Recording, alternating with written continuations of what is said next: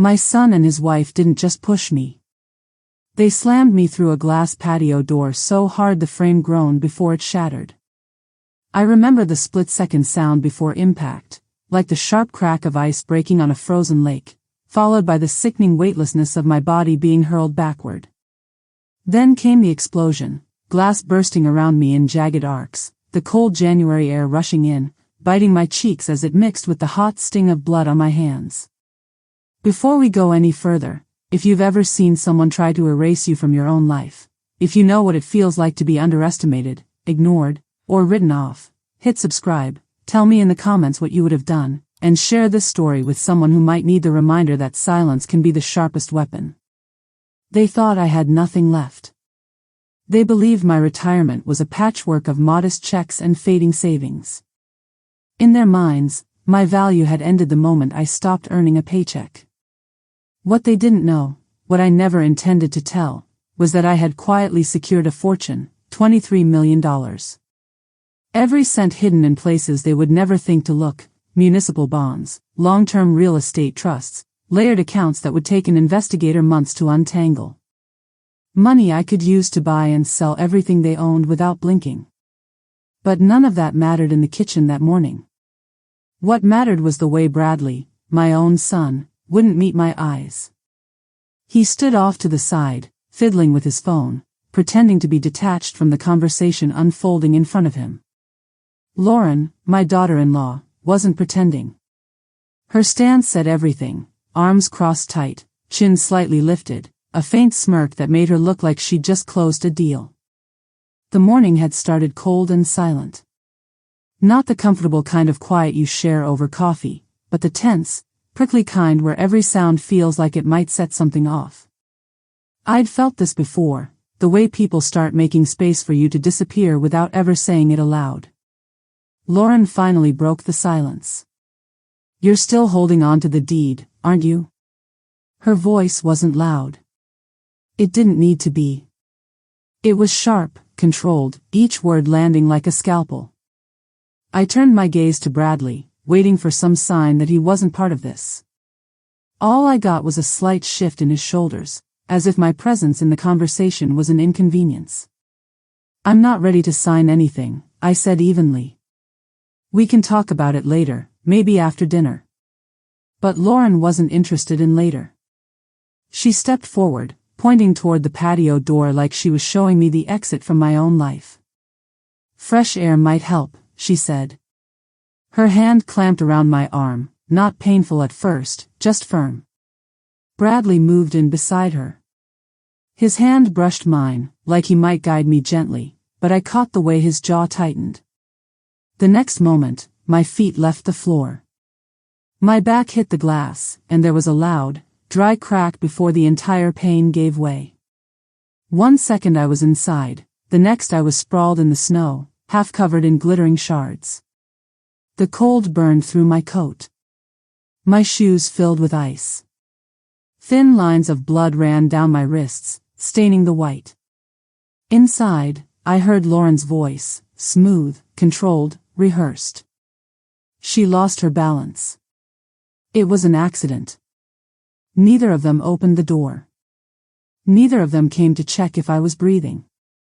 I pushed myself up slowly, my palm bleeding freely now, coat torn at the shoulder. I didn't cry. I didn't scream. I just stood in the driveway, the stillness inside me heavier than the snowflakes melting on my skin. That was the moment it crystallized. To them, I wasn't a mother. I was an obstacle. A signature. A delay. I turned away without a word and walked. Past the neat hedges lining their yard, past the parked cars crusted with salt, past the Christmas lights still drooping from eaves though the season was long over. I walked until my legs burned and my breath came in clouds, until I reached the diner on Birch and Alder, a place with coffee that tasted like burnt toast and a waitress who'd seen it all. She didn't flinch when she noticed the blood. She just slid a stack of napkins across the table and said softly, "Take your time." And I did. I sat there in the corner booth, cradling the chipped mug between my hands, letting the warmth sink into my fingers. I could have called the police. I could have gone to the hospital. But something in me said not yet. I needed to think. I needed to remember who I was before they made me feel small. That night, in the yellow-lit corner of a roadside motel room, I cleaned the cuts on my hands and stitched together a plan. I wouldn't scream. I wouldn't beg. I wouldn't give them the satisfaction of seeing me crumble. I would watch. I would think. And then I would move. They thought they'd broken me. They had no idea I'd been building something for decades. And I was just getting started. The motel's heater clicked in and out all night, its hum rattling against the paper-thin walls. I lay on the stiff bed staring at the ceiling fan, its blades making a lazy, uneven turn like an old clock running down. Sleep didn't come, but something better did, clarity. I woke before sunrise, pulled on the same navy sweater I'd worn the day before, and sat at the small desk by the window. The snow outside had crusted over, turning the parking lot into a dull white sheet. I picked up a pen from the chipped ceramic cup on the desk and wrote a list. Only 4 words, 1 per line. 1. Proof. 2. Lawyer. 3. Safe account. 4. New base. Proof came first. Always proof. Without it, I'd be just another old woman making accusations. And Bradley and Lauren, so polished, so good at playing the concerned family, would spin it into a story about stress, misunderstanding, maybe even my memory issues. I'd seen people do it before in the hospital boardrooms, slipped out into the air until everyone breathed it in. I had one advantage they didn't know about. Months earlier, on a quiet afternoon when Lauren took the kids to her mother's and Bradley was running errands, I'd been alone in the house. I'd set a small camera into the corner shelf of the den, tucked into the hollow of a ceramic owl I'd picked up at a flea market. Nothing fancy, just a backup. Back then, it was instinct, not strategy. Now, it was survival. I dug my old flip phone out of my purse. Not the smartphone they'd helped me set up, the one synced to God knows what accounts and devices, but the backup I kept hidden in the lining of my coat. I scrolled to Maya's number. Maya was an old colleague from my hospital network days, sharp as glass, with a mind for tech security and a habit of not asking unnecessary questions. We hadn't spoken in over a year, but when she answered, her tone didn't change. "It's been a while," she said. "I need something recovered," I replied. There was a pause. "Safe place to talk?" "Yes." By the time the sun cleared the rooftops, Maya had what she needed: login details, the location of the camera, the access code for the microSD backup. She promised to send it to a secure drive by evening. While I waited, I packed the few belongings I'd brought into the motel: a scarf, my worn leather wallet, the photo of Nicole when she was 5 holding a sunflower twice her size. I wrapped the scarf twice around my neck before stepping out into the biting cold. The bank was a 20-minute walk. I wanted the air, wanted to feel my body moving under its own power. The snow on the sidewalks was half melted, slushy in places, and I had to watch my footing.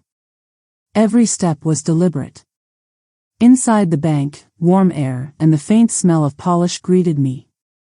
I asked to speak with Samuel, the branch manager. He'd known me for years, back when my deposits were just a nurse's paycheck and not the layered holdings they were now. I didn't make withdrawals that morning, too soon for that. Instead, I confirmed certain accounts were still under my sole name, untouched. The municipal bonds. The trust fund from an old client. The real estate income streams. All clean. All mine. When I left, the envelope Samuel handed me felt heavier than it should have. Inside were updated statements, proof that my financial life existed beyond the crumbs Bradley and Lauren thought they controlled. By the time I returned to the motel, an email waited for me. No subject line, just a secure link from Maya. My hands didn't shake when I clicked. The footage played out in stark clarity: Bradley's hand on my arm, Lauren's voice cutting the air. The moment my back hit the glass, the sharp spray of shards before I disappeared from view. No sound, but none was needed. The picture spoke for itself. I watched it twice. Once as the woman who had been shoved, the second as the strategist building a case. Then I downloaded it to 3 different encrypted drives. One would go into my handbag. One to a safety deposit box. One to someone I trusted implicitly. That night, I called Nadine. We hadn't spoken in years, but she'd been one of the few attorneys I respected back when I worked administration. Her voice was the same, low, gravel-edged, no patience for theatrics. I have documentation, I told her. And I have the funds to see this through quietly. You're talking elder abuse? She asked. And property coercion, I said. Among other things. Her silence lasted 3 beats. Bring me everything tomorrow morning. 10 sharp. No one else. After I hung up, I leaned back in the stiff chair, listening to the heater click on again. Outside, snowflakes drifted past the street lamp like tiny falling embers. I thought about the list I'd written that morning. Proof, done. Lawyer, in progress. Safe account, already in motion. New base, that would come next. Bradley and Lauren thought I'd walk away empty. But I was just getting started. The next morning, I arrived at Nadine's office 15 minutes early. I'd always been early to important meetings, old habit from decades of hospital administration. Being early let you see who came in and out, who avoided whose eyes, and which conversations stopped when the door opened. Nadine's office was on the 3rd floor of a brick building on Parker Avenue, the kind of place you might miss if you weren't looking. No shiny signage, no glass doors, just a small brass plate beside the entry that read, Nadine M. Clark, Attorney at Law. Inside, the reception smelled faintly of lemon cleaner and old paper. Her assistant, a young woman with cropped auburn hair and sharp eyes, greeted me without small talk. She glanced at the folder in my hands and gestured toward the closed door. She's expecting you. Nadine looked up as I stepped in. She hadn't changed much, same short silver hair, same steady gaze, same dark suit with a silk scarf knotted at her throat. Her desk was bare except for a yellow legal pad and a heavy silver pen. I set the folder on the desk and took the chair opposite her. Without a word, she opened it, flipped through the printed bank statements, the deed, and finally, the still frame from the footage. She paused at the photo, my hands mid-air, my body leaning back, the moment before the glass exploded. This is clear, she said. Her voice carried no surprise, no pity, just fact. You have a case for elder abuse, assault, and property coercion. Colorado statutes are explicit about all 3. We'll keep it sealed for now, no public filings until you're ready. But once we start, there's no going back. I understand, I said. My voice didn't shake. She wrote a short list on her pad, dates, documentation types, next steps, then slid it across to me. We'll need certified copies of all this. I'll have the affidavits prepared.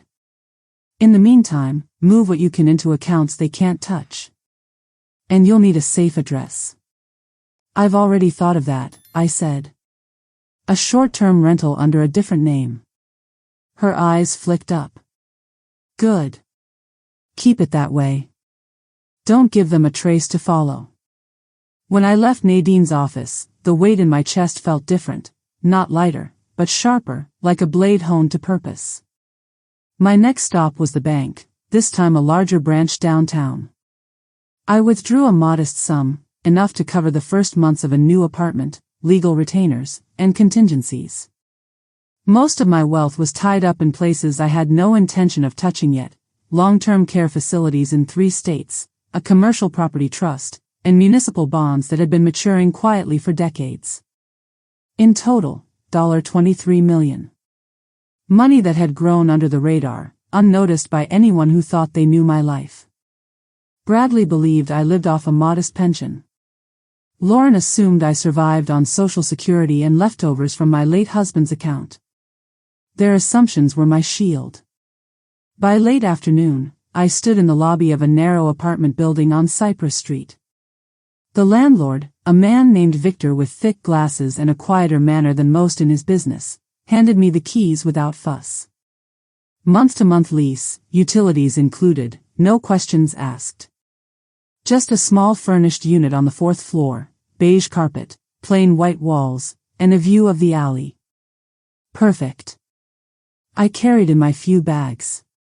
The first thing I unpacked wasn't clothing or toiletries, it was the folder. I placed it on the kitchen counter, the same way you'd place a loaded weapon within arm's reach. Inside, the footage, the deed, my living will, and Nadine's first draft of the complaint. I stood there for a long moment, looking at the plain black cover of the folder. Everything I needed to dismantle the life Bradley and Lauren had tried to take from me was inside. That night, I didn't sleep much. The radiator clanked and hissed against the cold, and the hum of distant traffic drifted up from the street. I sat in the small armchair by the window, the folder on my lap, and let myself feel the weight of it all, not just the betrayal, but the years I'd spent letting myself become small in my own home. They'd thought they'd won when I walked out of their kitchen without a word. But the truth was, I'd been walking towards something, my own ground, my own control. Before bed, I made one more call. Not to a friend, not to family, those ties had been cut or carefully set aside, but to Marcus. He was an estate planner I'd worked with years ago during the restructuring of a hospital client's portfolio. Discreet. Loyal. Unimpressed by drama. I'm going to be moving certain holdings, I told him. Quietly. I'll send the parameters tomorrow. There was a pause. Understood. Do you need me to expedite anything? Yes.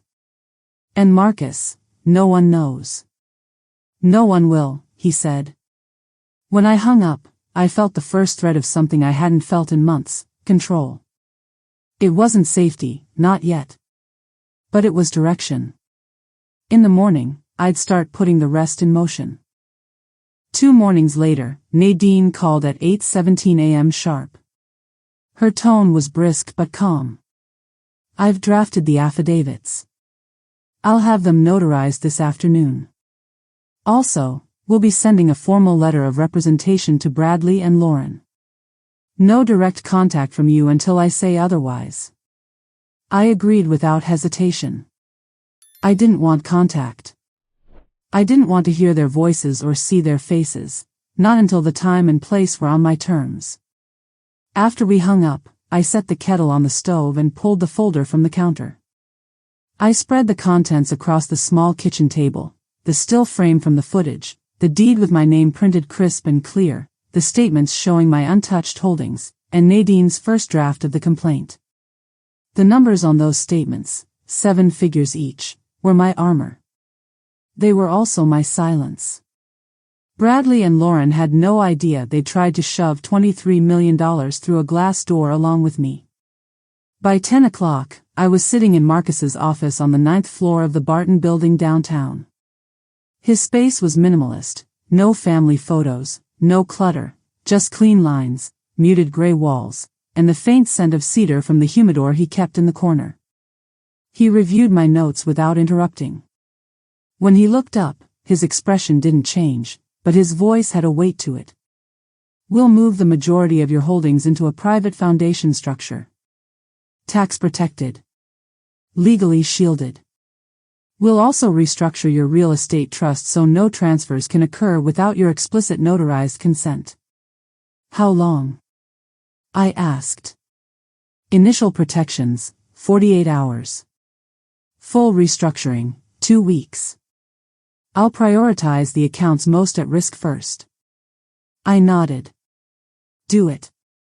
And Marcus, add a confidentiality clause for everyone on your staff who touches this file. Already in place, he said. When I left his office, I stopped at a florist on the corner, a place I used to visit years ago for hospital fundraisers. The woman behind the counter didn't recognize me, but the smell of fresh lilies and eucalyptus brought back something steady. I bought a single white orchid for the apartment. A reminder that beauty could live in plain rooms. Back on Cypress Street, I set the orchid on the windowsill and returned to the table. I took out a fresh notepad and made another list, not for me, but for them. Things Bradley and Lauren don't know. The footage exists in triplicate. Every asset is now in motion away from their reach. The house deed is not just in my name, it's about to be locked inside a revocable trust they can't touch. Nadine's letter will arrive by certified mail before the weekend. That afternoon, Nadine called again. The letter's out. They'll have it tomorrow. Expect noise. The next day, I didn't leave the apartment. I waited, not because I was afraid, but because I wanted to be there when the first ripple reached me. It came in the form of a block number around 4:30 p.m. I let it go to voicemail. When I played it back, Lauren's voice filled the room, tight, clipped, feigning calm. We got your lawyer's letter. I think this is a misunderstanding. We should talk, privately. No need to escalate this. Call me back. I didn't. Instead, I forwarded the voicemail to Nadine. Her reply was a single line: all communications will come through me from now on. That night, the city felt different. I walked 2 blocks to a small bistro I'd never been to before, red brick exterior, low lighting inside, the kind of place where no one cares if you eat alone. I ordered chicken piccata and a glass of Merlot. I ate slowly, savoring each bite, thinking about how Bradley and Lauren would be sitting in their pristine kitchen right now, wondering why I wasn't calling back. The thing about silence is that it grows heavier the longer it lasts. And I intended to let mine weigh on them like a stone. The following morning, Marcus called. Initial protections are in place. They can't move on anything without triggering a notification to me, and to you. The trust documents will be ready for your signature by next Friday. Good, I said. Let's make it so airtight they can't even breathe near it. He chuckled, just once. They won't be able to. By Friday afternoon, Nadine sent me a brief update: they've retained counsel. Expect a counter letter. Stay steady. I knew what was coming. Denials. Justifications. The spin. I'd seen it 1,000 times in boardrooms. Someone caught in a lie will lean on charm, then outrage, then finally, desperation. Sure enough, Saturday morning, Nadine forwarded their attorney's response. It was exactly what I expected: softened language, offers to resolve privately, veiled suggestions that I might be misremembering events due to stress. Not once did they use the word sorry. I didn't feel anger. Just confirmation. They were going to play the game I already knew how to win. That evening, as snow began to fall again, I stood by the window watching the orchid's petals catch the last light of day. Behind me, the folders sat on the table, thicker now with legal correspondence. I reached over, smoothed my hand across its cover, and whispered to myself, not a threat, just a fact. You started this. I'll finish it. The snow had stopped 2 days earlier, leaving the streets wet and dark under a low winter sky. I hadn't spoken to Bradley or Lauren since Nadine sent the letter, but I knew they were talking about me. I could almost hear it in my head, the way Lauren's voice would rise just slightly when she was worried, how Bradley would go quiet and let her steer.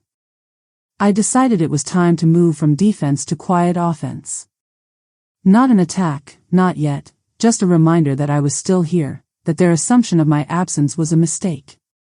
The opportunity came faster than I expected. A former hospital colleague called to invite me to a real estate showcase in Brookfield Heights. They've renovated an entire block of old ranch-style homes, she said. High-end finishes, Scandinavian interiors. Investors are circling. I almost said no, until she mentioned the firm managing the project. Lauren's firm. I didn't tell my colleague I'd be attending. I didn't tell Nadine either. Some things were better done quietly. On Saturday morning, I dressed in a charcoal wool coat, black trousers, and a deep burgundy scarf. Nothing flashy, but intentional.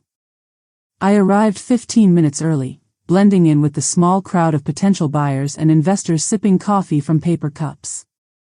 The house itself was all clean lines and glass, staged within an inch of its life.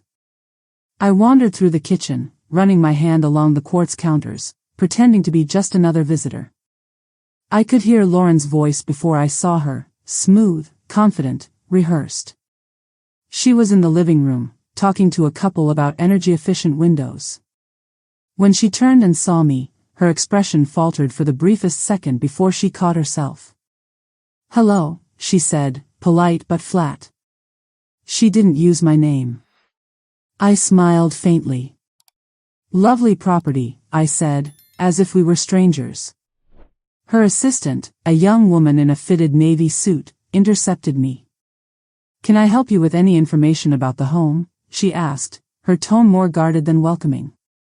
I reached into my bag and handed her a simple business card, white, unembellished, with my name printed under the title Strategic Partner and the logo of the investment group that had quietly purchased part of the financing for this renovation. Her eyes flicked to the card, then back to me. I could see the question forming. I gave her the smallest nod before walking away toward the sunroom.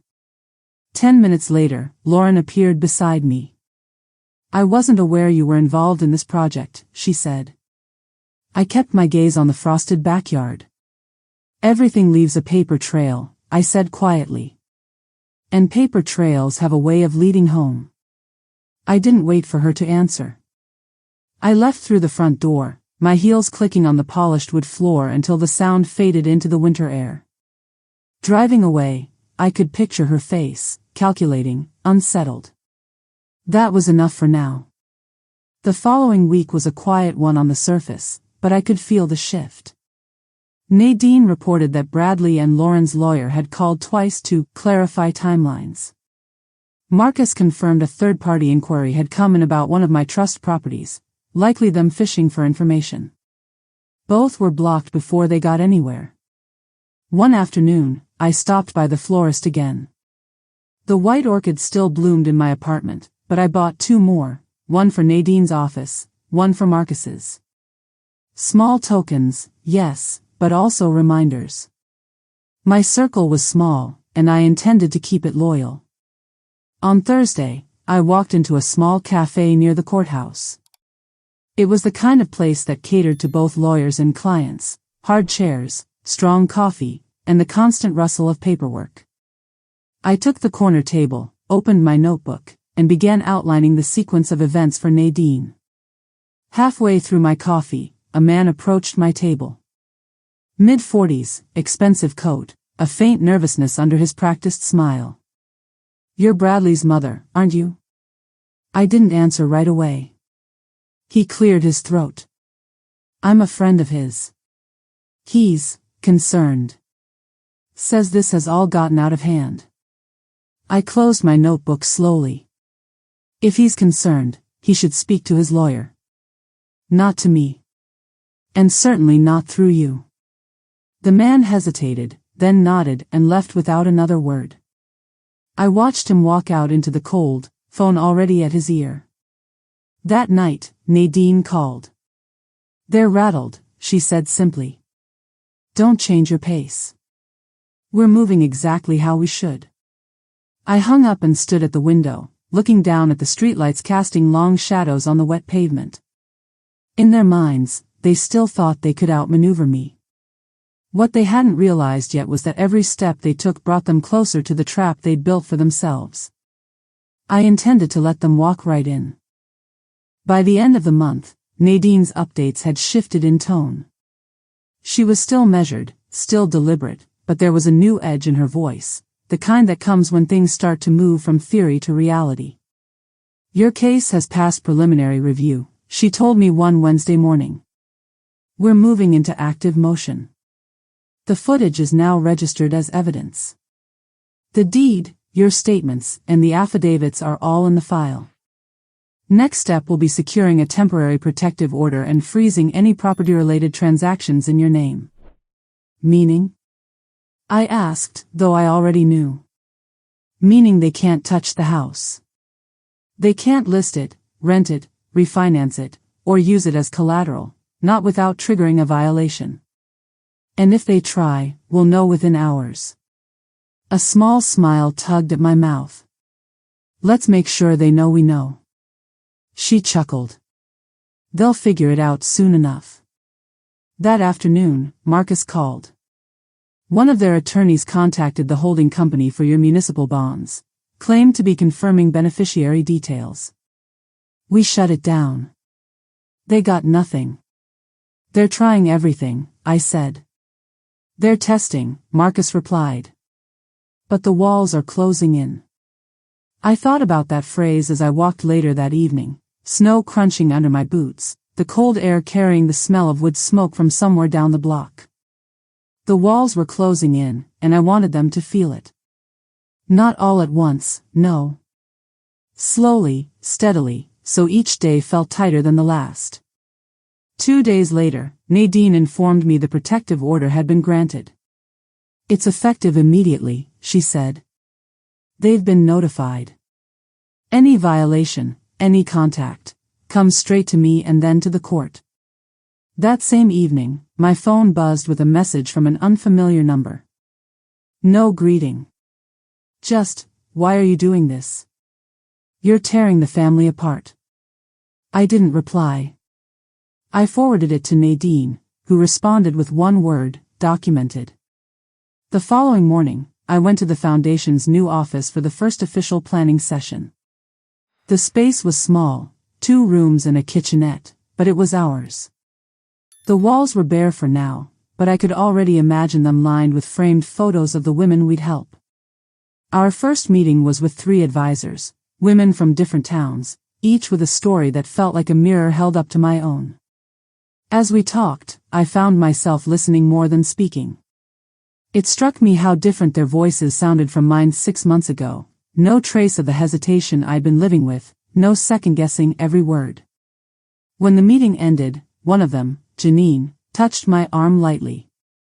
I don't know your whole story yet, she said. But I can tell you this, you listen like someone who's been unheard for a long time. That stayed with me. The next day, Nadine called with a short update. The court has flagged the house's title for review. Any previous line of credit linked to it is frozen until further notice. That meant Bradley and Lauren couldn't touch the money they'd been using from the equity line. I pictured Lauren scrolling through her phone at the kitchen counter, watching a transaction decline, her stomach nodding. That night, I went to a small Italian place on Sycamore Avenue. I sat at the bar, ordered a glass of Chianti, and let myself enjoy the simple act of being somewhere I wasn't supposed to feel invisible. The hum of conversation, the soft clink of silverware, the warm smell of garlic and bread, it reminded me that I didn't have to live in the shadows of their house anymore.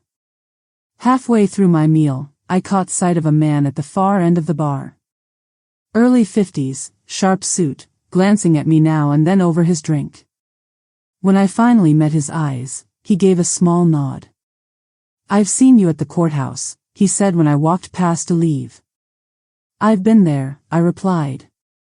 He smiled faintly. Word is, you're not someone to underestimate. I didn't answer. I just stepped out into the cold night, the words settling into me like a quiet truth. By the end of the week, Nadine had more news.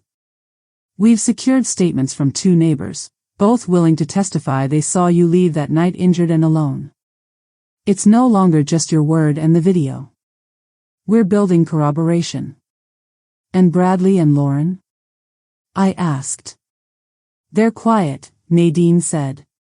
Too quiet. Which means they're scrambling.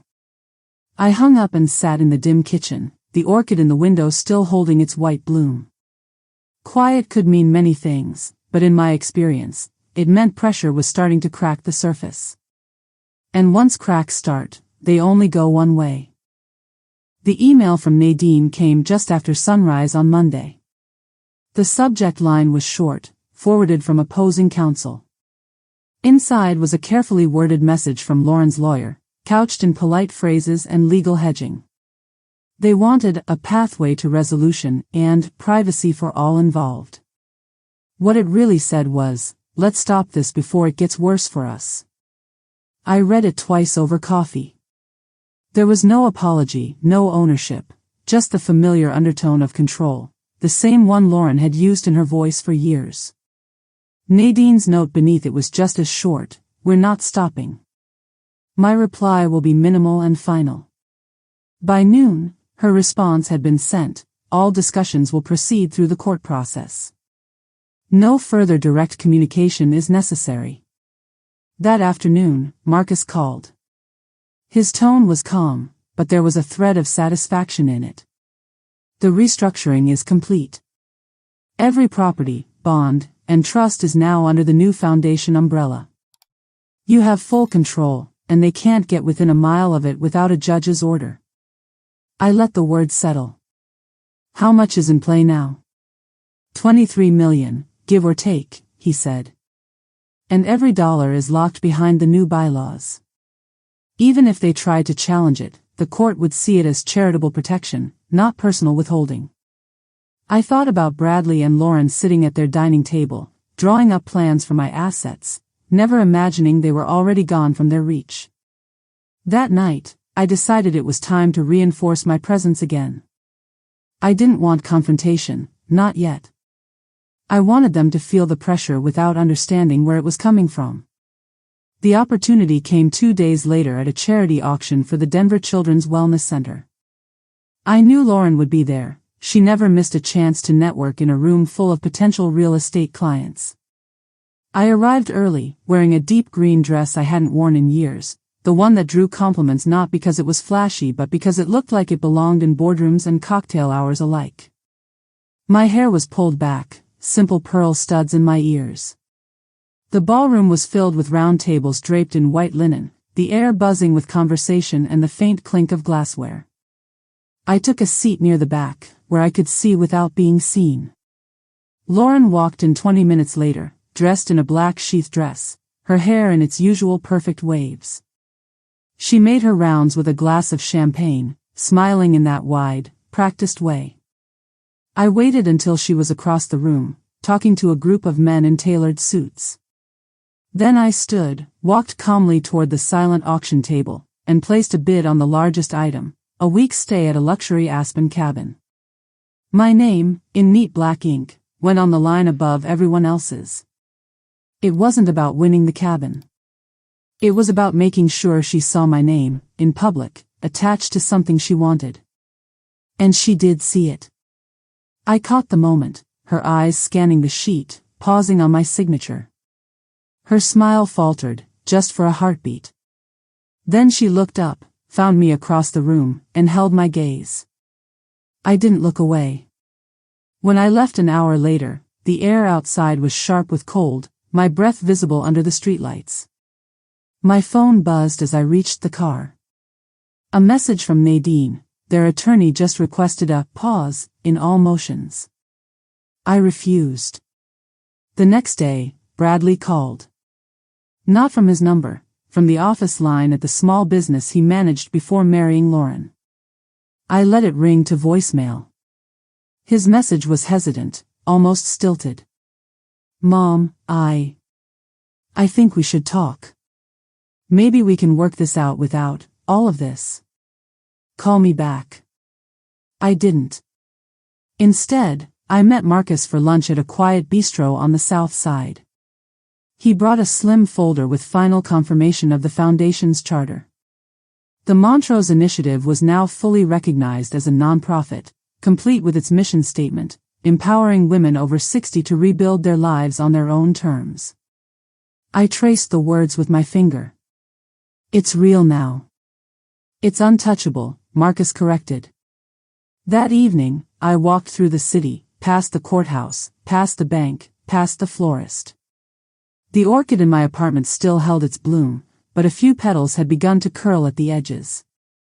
I thought about replacing it, then decided not to. Beauty changes, it doesn't disappear. In the quiet of my apartment, I sat at the table and opened the folder with the footage. I hadn't watched it since the first night Maya sent it.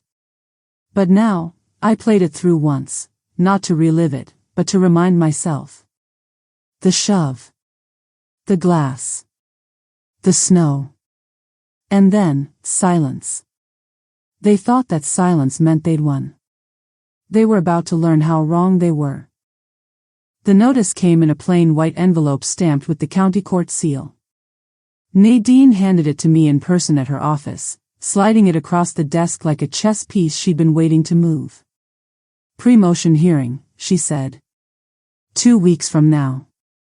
This is where we put the facts on the record for the first time. I traced my finger over the embossed seal. It's not the trial. No, she said. But it's the first time the judge will hear from both sides. And the first time they'll realize this isn't going away. The days leading up to it were quiet on the surface, but I could feel the tension in the air. Nadine sent me small updates. Another failed attempt by Bradley's lawyer to push for mediation, a second neighbor agreeing to testify, Marcus confirming a financial request from Lauren's firm had been rejected due to the protective order.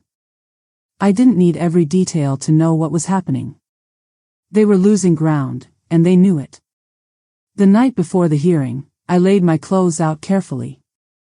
Navy slacks, a black sweater, my late husband's watch on my left wrist, not because it was sentimental, but because it reminded me of all the years I'd held things together without acknowledgement.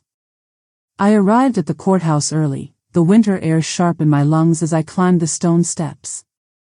Nadine was already there, standing just inside the lobby, her briefcase in one hand, her other hand holding a slim stack of neatly clipped documents.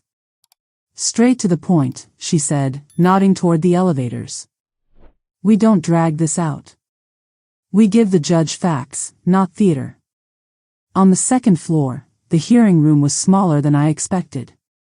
No gallery full of spectators, just a few rows of wooden benches, the judge's bench elevated at the far end, and a small table on each side.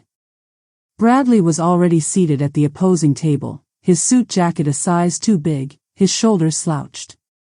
He glanced up when I walked in, but his eyes dropped immediately. Lauren came in 3 minutes later, wearing all black and no jewelry. She didn't sit beside him. She took the bench behind, arms folded across her chest like she was bracing for wind. When the judge entered, the room settled into a hush. She was in her 60s, with steel gray hair pulled into a tight bun and a voice that snapped like dry wood when she called the case. Nadine began without preamble. She presented the still frame from the footage first, then the video itself on a portable monitor facing the bench. I had only seen it in private, but now I watched again, Bradley's hand reaching, my body staggering back, the glass giving way, the snow swallowing the shards. No one in the room spoke when the clip ended. Even the judge sat motionless for a few seconds before jotting something into her notes. Nadine followed with the affidavit from the neighbors, the protective order, and the documented attempts to access my assets. Her delivery was precise, unembellished. She didn't need to dramatize, the facts were enough. Bradley's attorney tried to counter with phrases like miscommunication and family disagreement. He painted a picture of a son under stress, a mother misinterpreting physical guidance. He avoided the word shove entirely. When the judge asked if Lauren wished to make a statement, her lawyer leaned in and whispered. She shook her head once, firmly. Her silence was louder than anything she could have said. The judge ruled that the case would proceed to full review, the protective order would be extended, and all contested property and financial accounts would remain frozen until resolution. When the gavel came down, I stood, nodded once to Nadine, and walked out without looking at either of them. Outside, the wind had picked up, carrying the scent of snow on its way. I walked 2 blocks to a cafe I liked near the park, ordered a black coffee, and sat at the corner table. No one knew me there, no one cared why I was dressed for court. I opened my notebook and drew a single line through that day's date. For the first time in months, I felt something settle inside me. Not victory, not yet, but the undeniable weight of truth finally spoken aloud. When I got home that night, a letter was waiting in my mailbox. Handwritten. The handwriting was uneven, almost shaky. It was from Bradley. He said he was sorry. That he'd been under pressure. That he hadn't meant for it to go that far. That he hoped I could remember the boy he used to be. I read it once, folded it, and placed it in the bottom drawer of my desk. Forgiveness, I knew, wasn't a performance. It was a choice, and not one I was making that night. I turned off the lights, sat by the window, and let the darkness hold me. Somewhere out there, they were feeling the walls close in. And I was just beginning to see the cracks. The morning after the hearing, I woke before dawn. The air in the apartment felt different, still cold from the night, but lighter somehow, as if the weight of keeping everything unspoken had finally eased. I brewed tea, wrapped myself in my robe, and stood at the window watching the streetlights fade into the gray morning. By 8 o'clock, I was at the Foundation's new office. The Montrose Initiative had been legally in place for weeks, but this was the first time I'd walked in knowing that all $23 million of my holdings were fully secured inside it. Every property, every bond, every investment, untouchable. The walls were no longer bare. A local photographer had donated a series of black and white portraits of women in their 60s and 70s, each face lined, unretouched, proud. The conference table was stacked with grant applications, proposals for job training, wellness workshops, and housing programs. Our first formal board meeting lasted nearly 3 hours. We approved funding for 4 pilot programs, each aimed at women rebuilding after financial or emotional displacement. Listening to their plans, I realized I was no longer simply protecting myself. I was building something designed to outlast me. When the meeting ended, one of the new coordinators approached. She was young, maybe mid-20s, with an energy that made the room feel warmer. "You're the founder, right?" she asked. I nodded. She smiled. "I just wanted to say, this place already feels different. People aren't walking in like they're applying for help. They're walking in like they're claiming it." I carried those words with me for the rest of the day. That afternoon, Marcus called with a new development. Bradley's name has been removed from all access points to the old line of credit tied to the house. The bank confirmed it this morning.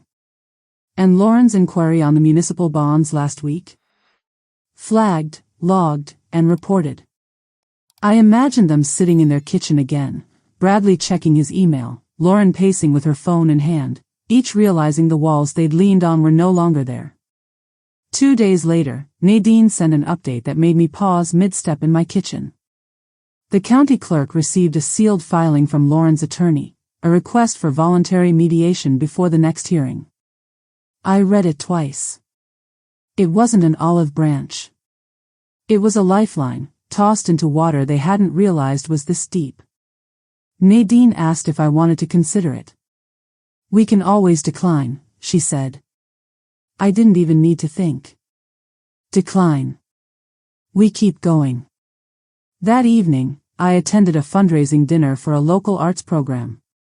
Not because I had to, but because I wanted to be seen, calm, composed, present in the same city they lived in. The event was held in the ballroom of the Hargrave Hotel, all golden light and polished floors. I wore a deep navy dress, my hair swept up, and a single silver bracelet. I moved easily among the tables, speaking with old acquaintances, bidding quietly on a few auction items. Halfway through dessert, I spotted someone I hadn't expected, one of Lauren's longtime associates from her firm, seated 3 tables over. He noticed me as well. Our eyes met, and I watched recognition flicker across his face. The next morning, Nadine confirmed my suspicion. "Word reached them that you were at Hargrave last night.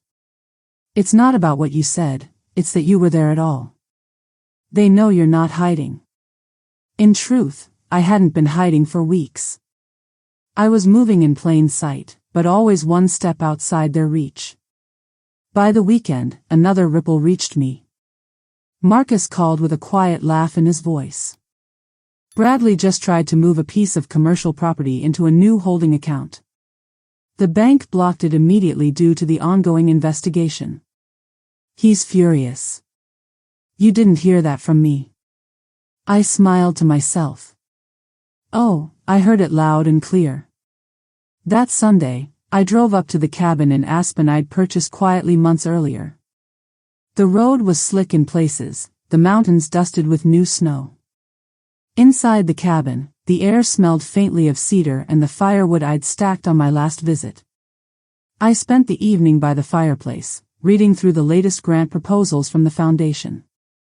Outside, the wind rattled the windows, but inside, I felt anchored in a way I hadn't for years. On Monday, I returned to Denver to find an envelope from Nadine waiting in my mailbox. Inside was a single sheet of paper, the court's formal acknowledgement that all contested property was now under protective review. Bradley and Lauren could no longer touch the house. They couldn't borrow against it, list it, or so much as repaint without clearance. It was, in every sense, mine again. And now, I had no intention of giving it back. The morning after the hearing, I woke before dawn.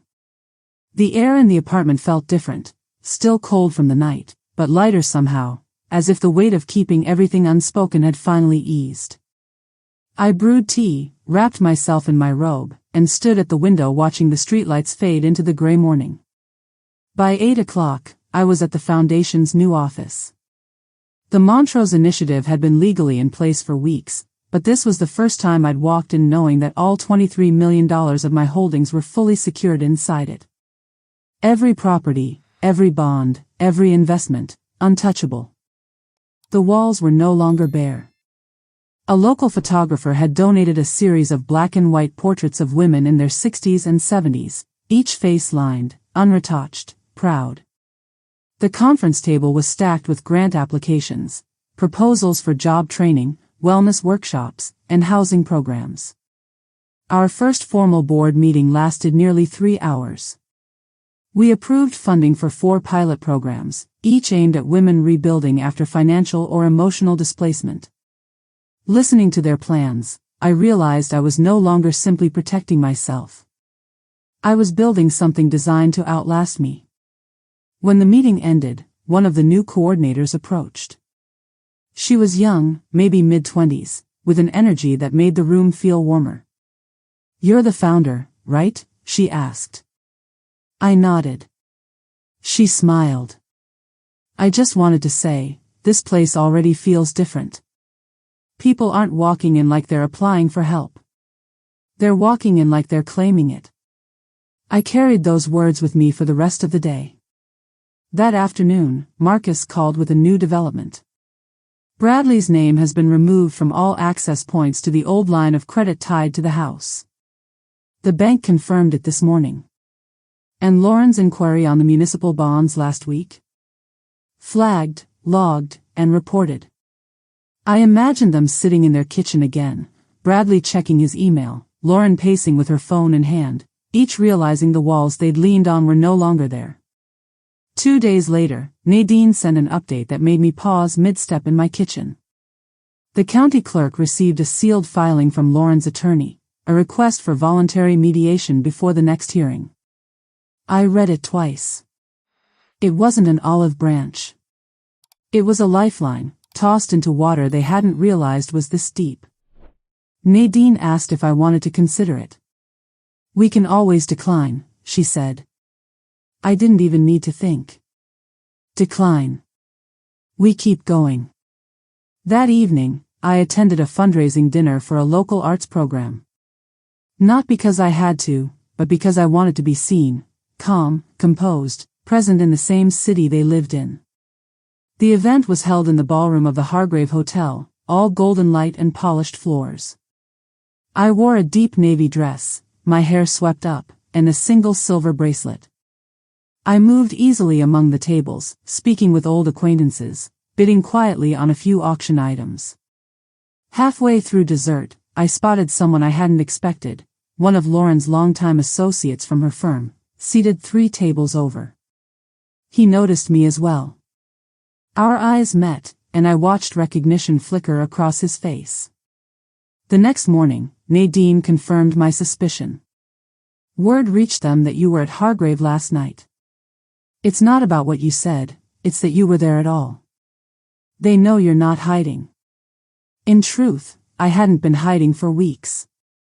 I was moving in plain sight, but always one step outside their reach. By the weekend, another ripple reached me. Marcus called with a quiet laugh in his voice. Bradley just tried to move a piece of commercial property into a new holding account.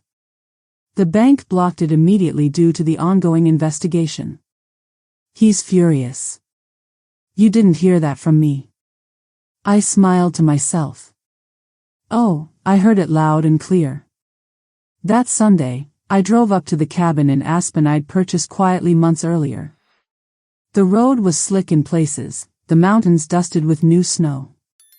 Inside the cabin, the air smelled faintly of cedar and the firewood I'd stacked on my last visit. I spent the evening by the fireplace, reading through the latest grant proposals from the foundation. Outside, the wind rattled the windows, but inside, I felt anchored in a way I hadn't for years. On Monday, I returned to Denver to find an envelope from Nadine waiting in my mailbox. Inside was a single sheet of paper, the court's formal acknowledgement that all contested property was now under protective review. Bradley and Lauren could no longer touch the house. They couldn't borrow against it, list it, or so much as repaint without clearance. It was, in every sense, mine again. And now, I had no intention of giving it back. The morning of the second hearing was colder than the first, the air sharp enough to sting my lungs as I stepped out of the cab. The courthouse loomed gray against the pale winter sky, its stone steps damp from a dusting of snow that had melted overnight. Nadine met me just inside the security checkpoint, her scarf wound tightly around her neck. We go in, present the new financial timeline, and keep it clean, she said. No drama. Let the evidence speak. In the hearing room, Bradley was already at the defense table, looking smaller somehow. His suit jacket hung loose, his hair slightly unkempt. Lauren sat behind him again, not at his side, her hands clasped so tightly in her lap that her knuckles looked white. When the judge entered, the room fell silent. Nadine stood immediately, presenting the sequence of documented actions from the weeks before the glass door incident, Bradley taking over bill payments without consent, Lauren intercepting mail, both of them making inquiries into my accounts. Then the incident itself. Then their attempts to contact financial institutions afterward. Each page was timestamped, cross-referenced, and backed with either a bank record or a third-party statement. The judge's gaze moved slowly between the documents and the two of them. It would appear there was a concerted effort to gain control of the petitioner's property and financial accounts, she said finally. Combined with the physical incident, the court finds substantial cause to proceed toward resolution. Bradley's attorney tried to spin it: stress, misunderstanding, family financial planning gone wrong. But it sounded hollow in the echo of the judge's words. Lauren didn't speak at all. She kept her eyes fixed on the table in front of her, as if looking up might break something inside her. When the judge confirmed that the protective order would remain in place and all contested assets would stay frozen, Nadine leaned slightly toward me. We've got them. After the hearing, we stepped out into the hallway. The air there always felt colder, as though the building held on to the chill of everything left unsaid. Nadine handed me a manila envelope. Inside is the draft settlement proposal we'll present next week. It gives you full ownership of all property, relinquishes any claim they might make, and keeps the foundation and its funds entirely out of their reach. And in return? I asked. They avoid a full trial and the public record that comes with it. But they'll have to agree in writing, no appeals, no future claims. I slipped the envelope into my bag without opening it. They'll sign it. Nadine gave a small smile. They don't have a choice. That night, I drove to the cabin in Aspen. The road wound through the mountains, the snow reflecting the moonlight in a way that made the whole world look suspended in silver. Inside, I lit the fireplace and sat at the long wooden table, the envelope from Nadine resting in front of me. I didn't open it until the flames had settled into a steady glow. The proposal was simple, direct, and ironclad. If they signed, everything would be mine, permanently and without contest. If they refused, the trial would proceed, and every detail of their actions would become part of the public record. 2 nights later, Nadine called. Their lawyer has the proposal. He's requested an extension to review terms. That's lawyer speak for stalling while they decide how much they can swallow. I poured myself a cup of tea and walked to the window. The snow outside was falling again, soft and unhurried. Let them stall. The longer they sit with it, the heavier it will feel. The next morning, Marcus called with a final confirmation. The last minor holdings are officially under the Foundation's umbrella. Everything you own is now outside their legal reach. It struck me then, this wasn't just about keeping what was mine. It was about building a life they couldn't touch, even in their imaginations. By the end of the week, Nadine sent a 1-line email. They're ready to sign. They signed on a Thursday. No cameras, no speeches, just a narrow conference room on the 6th floor of the county building, a long table, bright lights, and a stack of papers waiting in the center. Nadine slid the agreement forward, tapping the spots for each signature. It was all there, the house permanently mine, all claims relinquished, no appeals. The Foundation and its funds confirmed as outside their reach. The protective order stayed in place. Required counseling for him. Formal acknowledgement of the incident and their financial moves before it. Bradley signed first, his hands shaking slightly. He didn't look at me. Lauren took longer, studying each line like she might find a hidden exit. There wasn't one. When she finally signed, she set the pen down slowly, her expression unreadable. I didn't speak. The silence between us said more than words. Nadine gathered the pages, clipped them, and nodded. We're done. Outside, light snow was falling. I walked to Harcourt Cafe, ordered a black coffee, and wrote one sentence in my notebook. Justice isn't always loud. When it's real, it doesn't need to be. 3 days later, I met with the Montrose Initiative Board. We reviewed new applications, a woman restarting her bookkeeping business after divorce, a former caregiver training for hospital work, a retired teacher becoming a peer counselor. We funded all 3. I realized I wasn't just protecting myself anymore, I was building something meant to last. That night, I drove by the old house. The new owners had changed the lights and hung a wind chime. The crack in the glass door was gone, but the frame still bore the faint mark. They didn't know my story, and they didn't need to. Back at the Foundation, the first workshop filled our space. Women came in with notebooks, plans, and a different look in their eyes, determined, not tentative. One told me she'd thought her life had narrowed to a hallway with no doors until she heard about us. Later that week, Maya stopped by with a gift, a small ceramic owl. No camera this time, just a reminder of what we'd saved by choosing to see clearly. When Nadine delivered the final stamped court copies, she stayed for tea. I've seen loud endings, she said. But the quiet ones last longer. Spring came slowly. On the day the lake behind my apartment thawed, I walked the path, thinking about the letter from Bradley I'd left unread in a drawer. Forgiveness isn't opening a door because someone knocks, it's building a room when you have light and space. I wasn't there yet, but I might be someday. A new orchid replaced the old one in my window, its stems tied with nearly invisible thread. Support doesn't ruin beauty, it makes it possible. When the local station invited me back to speak about the Foundation's first quarter, I talked about jobs, housing, and health coverage we'd helped secure. I didn't mention glass or snow.